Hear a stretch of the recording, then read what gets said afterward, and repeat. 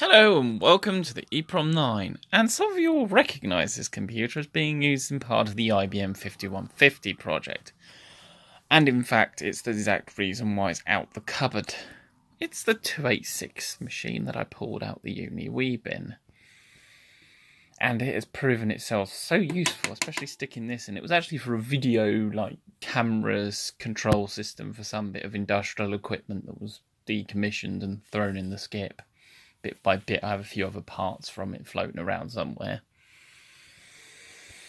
But stuck in a standard 360K 5.25-inch floppy, I'm going to be upgrading it with a hard drive so I can stick a permanent variant of DOS on there. My only ancient IDE desktop hard drive I have left. All the rest got taken apart years ago. Used to pull them out of computers in school all the time. Yeah, that's when that's from. So I probably had it for about a decade. So this is where the floppy drive normally go. This floppy drive actually came with the machine and it's actually in really good nick. I put it back in this and have put that in. The hard drive is going to go in here. This is actually a pretty nicely laid out machine. It's a 286, 16 megahertz, as you can see. No coprocessor installed. Got a meg of RAM. There it is. There's also an expansion for cache, all ISA, nothing else, 8-bit and I believe it's 16-bit. Disk controller card, because none of it's on the motherboard.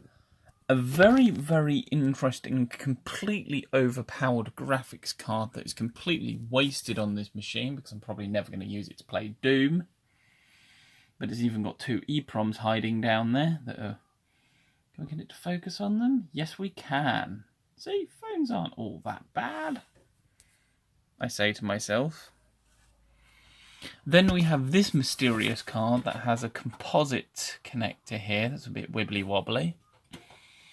I believe this is some sort of video input card. You might be able to read the text better than I, but it says copy. Yeah, it's just copyright, that's no use.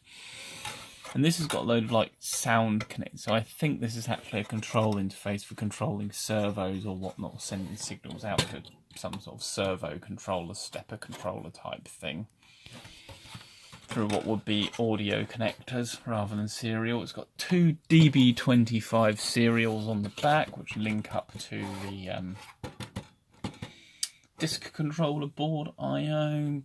Pretty generic, standard run-of-the-mill, old school ancient power supply with mechanical switch. I like these old style power supplies. I wish they still have mechanical strips. EEPROM BIOS, thumbs up, AMI.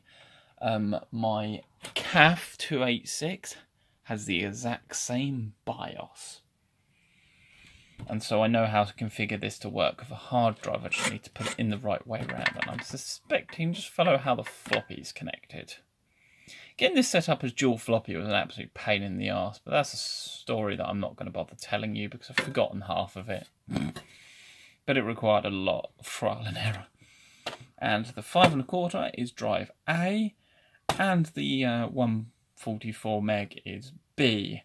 And believe it or not, I wanted it to be the other way round, but I could only get it to work this way round.